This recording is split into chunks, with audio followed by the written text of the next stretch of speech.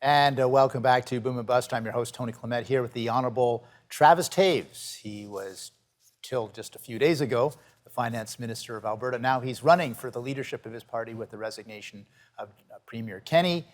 He wants to be Premier Kenney's successor. I had to interrupt you a little bit, talk a little bit more, if you want to, about your decision-making to run for leader and the economic context, if you will, for making that decision. Sure, Tony. As I was saying, we've made great progress on a number of fronts in the last 3.5 years. Certainly on the economic front, taking a very stagnant economy, positioning it to be, the economy that's leading the nation in growth, or expected to lead the nation in growth this year and next, by certainly many major banks and economic think tanks.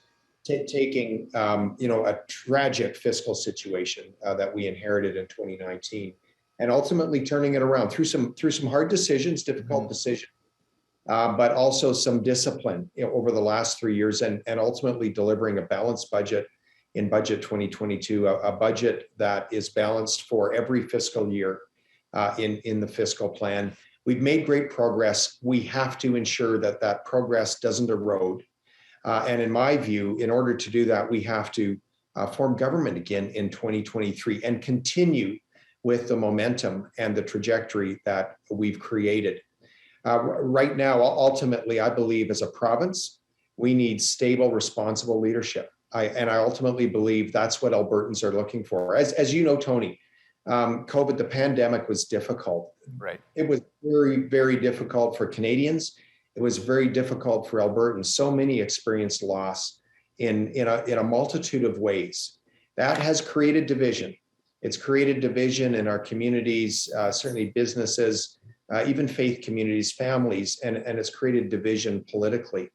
We need to enter into a time of healing and unity again, so that we can continue to ultimately be successful in 2023 and continue to provide very stable, responsible government and continue this trajectory. I believe a trajectory that really offers great hope and promise to the people of Alberta.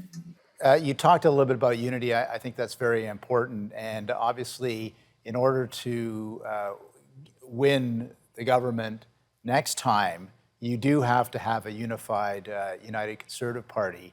There have been some divisions. Obviously, the leadership vote was a divisive process. The result was divisive.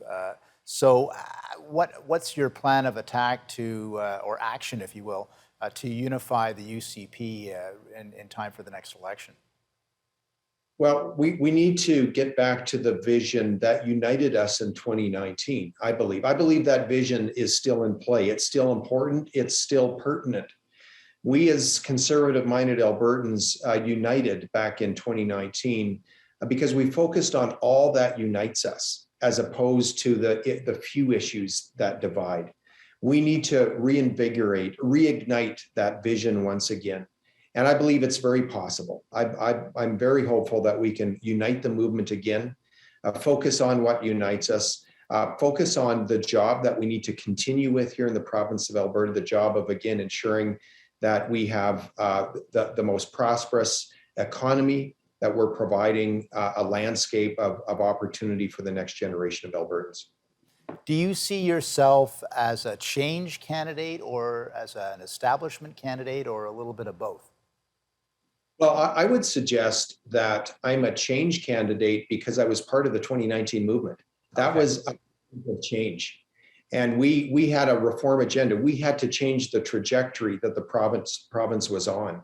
So very much a reform candidate from that standpoint, but we've done a lot of work. Again, we've changed the trajectory of the province. Now we need to maintain that trajectory, increase the momentum, and continue to ensure that Alberta is the wealth creation engine of the nation, to ensure that Alberta's economy continues to diversify exponentially. And we're seeing that today. We need to ensure that the energy industry in Western Canada, again, is empowered to deliver not only to Albertans, but to Canadians and to consumers, geopolitical allies in North America and around the world.